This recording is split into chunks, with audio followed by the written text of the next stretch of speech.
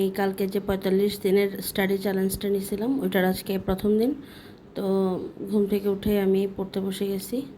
আজকে উঠতে প্রায় 8টা বাজছে। কালকে একটু লেট শুয়েছিলাম, আর আজকে যেহেতু শুক্রবার এর জন্য একটু তাড়াহুড়ো কম করে উঠছি।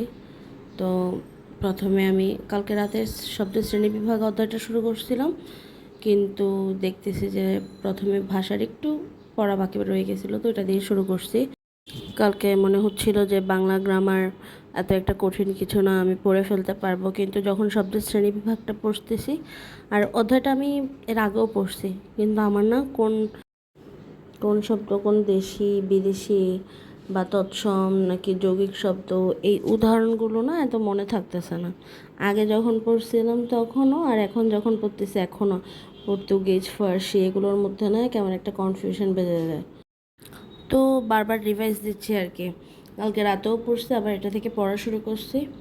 এটা পড়া শেষ ভাষাটা পড়া শেষ করে আমি আমার টেস্ট পেপারে দেখতেছিলাম যে এটার এমসিকিউ আছে কি না, বাট ছিল না। তো আমি অগ্রদূতের যে বইটা আছে আমার, ওটা থেকে এটার যে প্রশ্নগুলো ওগুলো প্র্যাকটিস করলাম।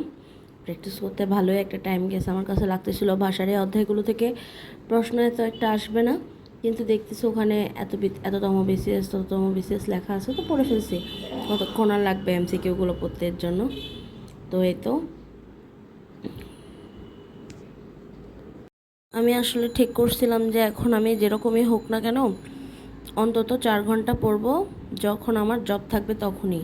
মানে সপ্তাহের বাকি দিনে 4 ঘন্টা পড়ার চেষ্টা করব, আর শুক্র শনিবারে আর একটু বেশি 6 ঘন্টা বা 7 ঘন্টা আমি পড়বো। কিন্তু আজকে ফ্রাইডে, দেখতেছি আজকে আমি 2 ঘন্টা বা 1 ঘন্টার বেশি পড়তে পারতেছি না। আর এমন না যে আমি ইচ্ছা করে করি, আমার কেমন একটা চলে আসে, মানে হয়তো ঘরে কোনো কাজ চলে আসবে, নয়তো মানুষ আসবে, কীভাবে যেন আমার পড়াই হয় না। তো কতক্ষণ পরে আমার ক্ষুধা লেগে গেছিলো, যেহেতু সকালবেলা না খেয়ে পড়তে বসছিলাম। তো 2টা পাউরুটি ছিল, ওগুলো নিছি, প্লাস একটা ডিম পোচ করে নিছি, যেটা সাধারণত নর্মালি আমি পারি। তো এই তো আমার বাসায় চা পাতা ছিল না মেবি, তো এর জন্য একটা ইনস্ট্যান্ট চা ছিল। ইনস্ট্যান্ট চা, ওইটাকে গরম করে নিছি, গরম করে নিই নি, জাস্ট গরম পানিতে গুলে নিছি। তো তাড়াতাড়ি যেন আমি আবার পড়ায় ব্যাক করতে পারি এই কারণে। তো নাস্তা বানাইলাম, পড়ায় ব্যাক করলাম, খাইলাম। এরপরে ওই দিন মনে হয় 8টা থেকে আমি 10টা 10:30 পর্যন্ত পড়তে পারছি। এরপরে আমার স্টুডেন্ট চলে আসছিল, কিন্তু এরপরে আমি আর ভিডিও নিতে পারিনি।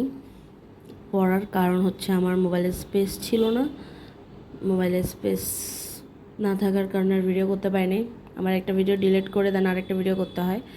আর আমার একটা বোন আছে যে খুব অসুস্থ, ওকেও দেখতে গেছিলাম, এর জন্য বেশি একটা পড়ালেখা করিও নেই।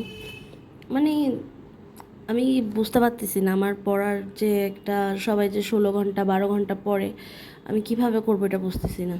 আমার জন্য 4 ঘন্টার টার্গেটেই কমপ্লিট করা অনেক কষ্টসাধ্য হচ্ছে। তো এই তো 10:30 পর্যন্ত পড়লাম, আর বাচ্চাদেরকে পড়াইলাম, এতটুকুই। তো দেখা যাক, সামনে আরও বেশি টাইম বাড়ানোর চেষ্টা করব। আর স্কুলে যেহেতু এতদিন পরে যাচ্ছি, পরীক্ষা ছিল, অনেক কাজ থাকবে, দেখা যাক।